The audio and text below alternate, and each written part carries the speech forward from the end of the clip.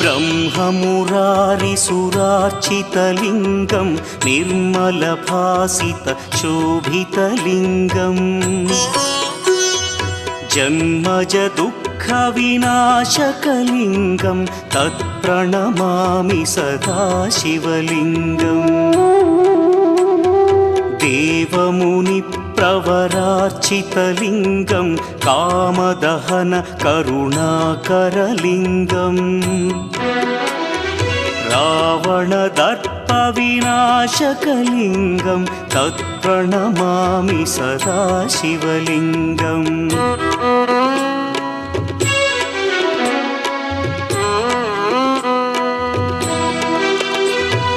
सर्वसुगन्धसुलेपितलिङ्गं बुद्धिविवर्धनकारणलिङ्गं सिद्धसुरासुर